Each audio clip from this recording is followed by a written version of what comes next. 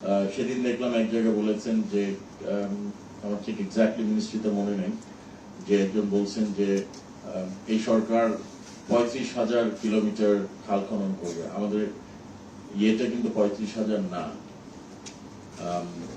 সংখ্যাটা কিন্তু ৩৫,০০০ না, সংখ্যাটা ছিল অ্যারাউন্ড 20,000, 20,০০০-এর মতো। তো এই যে মিস ইনফরমেশনটা, তো আমি যখন আমার এলাকায় গেলাম আমাকে দেখালো যে এটা তো বলা হয়েছে একজন মন্ত্রী মহোদয়ের সামনে, এটা তো কোনো প্রতিবাদ হলো না। দেখেন সবসময় ইনস্ট্যান্টলি ইয়েতে প্রতিবাদ করাটা ডিফিকাল্ট, পরে হয়তো কারেক্টিভ বা রেকটিফাই করা যায়। তো এই ইনফরমেশন গুলো আমাদের যেন নখদর্পণে থাকে, আমরা যেন ইমিডিয়েটলি একটা কারেক্ট ইনফরমেশন পিপলের কাছে তুলে ধরতে পারি এবং আমাদের ইশতেহার বাস্তবায়ন করার জন্য যেসব পদক্ষেপ নেওয়া প্রয়োজন আমরা সেই ফ্রেমওয়ার্কের মধ্যে থেকে যেন আমরা এগুলো বাস্তবায়ন করতে পারি, সেদিকে আমার মনে হয় পিআরও সাহেবদের অনেক বড় একটি ভূমিকা আছে। আমি আপনাদের হয়তো নামগুলো এখন ইনস্ট্যান্টলি বলতে পারবো না, বাট আপনাদের পরিচয় বা আপনাদের কথা শুনে মনে হলো ইউ আর ভেরি কেপেবল এবং আপনারা সবাই আপনাদের নিজস্ব ক্ষেত্রে পারদর্শী। আমরা মন্ত্রী মহোদয়ের সাথে বা অ্যাডভাইজার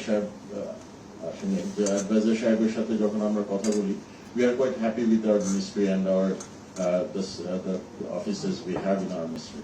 তো এটাকে তথ্য মন্ত্রণালয় কিন্তু খুব একটা গুরুত্বপূর্ণ মন্ত্রণালয়। পুরো বাংলাদেশের সরকারের ভাবমূর্তির একটা বড় অংশ কিন্তু তথ্য মন্ত্রণালয়ের মাধ্যমে আসে। জনগণ কিন্তু দেখে তথ্যমন্ত্রী কি বলছেন, তথ্য প্রতিমন্ত্রী বা তথ্য মন্ত্রণালয় থেকে কি এসেছে, এই ইনফরমেশনটাকেই তারা কারেক্ট বলে বা মানে বলে মেইন ইনফরমেশন বলে ধরে নেন অনেক সময়। কাজে আমাদেরকে এই বিষয়ে একটু নজর দিয়ে কাজগুলো করতে হবে।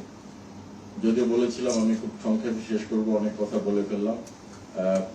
যদি ইন্টারঅ্যাক্টিভ হতো আমার মনে হয় এটা ভালো হতো, বাট আমাদের এই সময়টা আজকে হয়তো নাই।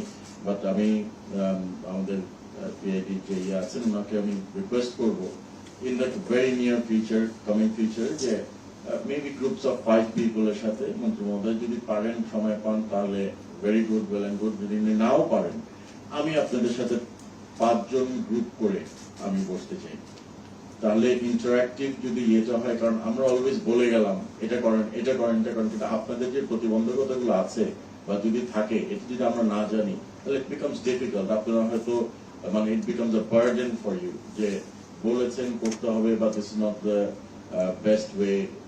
We are open to suggestions.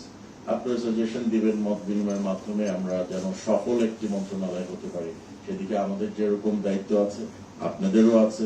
Because মন্ত্রণালয়ের যদি সফল না হই, তখন কিন্তু we will start picking and choosing যে কে সফল না, কার মাধ্যমে একটা মিস ইনফরমেশন গেছে বা ঝামেলা হয়েছে।